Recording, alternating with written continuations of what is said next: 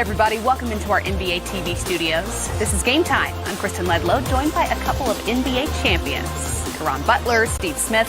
We're less than 24 hours away from the NBA playoffs, which I think is the first time that sentence has been uttered in August, right?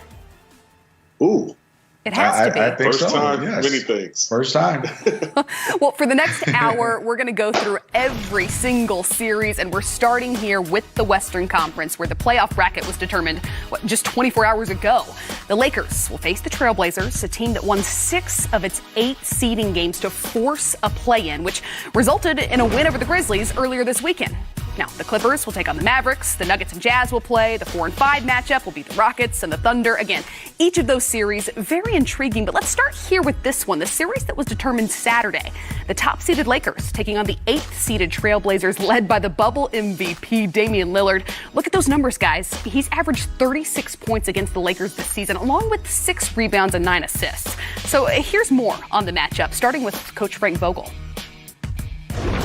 If you have seeding locked up for a stretch of time, there's benefits and drawbacks from that, and certainly we saw some benefits from a standpoint of being able to manage rest appropriately.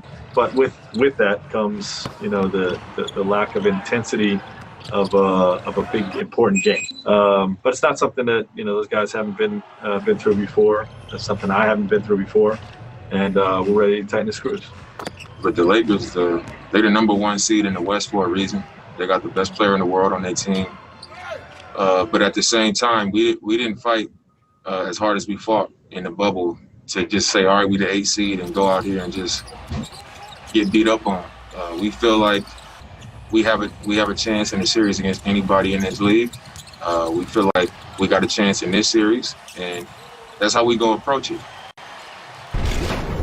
Smitty, I've asked several others in and around the league in these last several weeks, but I want your opinion now that the matchup is actually set. Are the Portland Trailblazers the team that could potentially give the Lakers the most trouble in the first round? Kristen, yes. Let me tell you why. Because early in the regular season, rebounding, the Portland Trailblazers couldn't keep the Los Angeles Lakers off the glass, but they didn't have Nurkic and Zach Collins. And now you have those two along with Whiteside. So rebounding might end up being even. I know Portland's not a great rebounding team. My question is always in playoffs, LeBron James is the best in the planet. But could Damian Lillard be the best player in this series? Because he has that capability. No, he's not better than LeBron. We're going to get everybody tweeting and IG. But I'm saying in this series, in this type of atmosphere, if you allow Damian Lillard to be the best player in this series, Portland can make it really hard and give the Los Angeles Lakers some trouble. And is that what it'll take, Caron, for the Blazers to have a shot in this series? Yeah, you know what? I think that Dame is going to be Dame because it's his time. But the big factor for me is C.J. McCollum. Can he possibly come in and average anywhere from 22 to 27 a night? And I think he's more than capable of doing that. His versatility, when you think about the Lakers on the opposing end defensively, who don't have a perimeter lockdown defender to guard someone quite like CJ, he can make things extremely difficult for them. But look, LeBron is engaged, and he's, like he said, this is the revenge season. So it's time to go. Let me ask you then, knowing the Lakers didn't have much to play for since the season restarted, how much stock are you putting, Caron, into the games that we've seen from them in Orlando?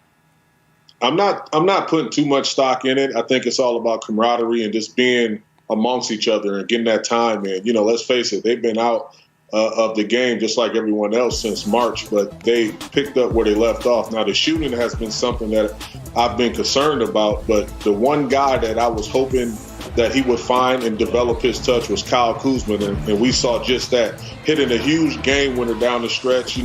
Talk about Vogel having the confidence with LeBron James and Anthony Davis on the floor and electing to do a misdirection play with Kyle Kuzma making the shot. I thought that was huge for his confidence, and going forward, he will be the ultimate X factor for the Lakers. Saying afterwards that Jesus himself could have been guarding him and he still would have shot the ball.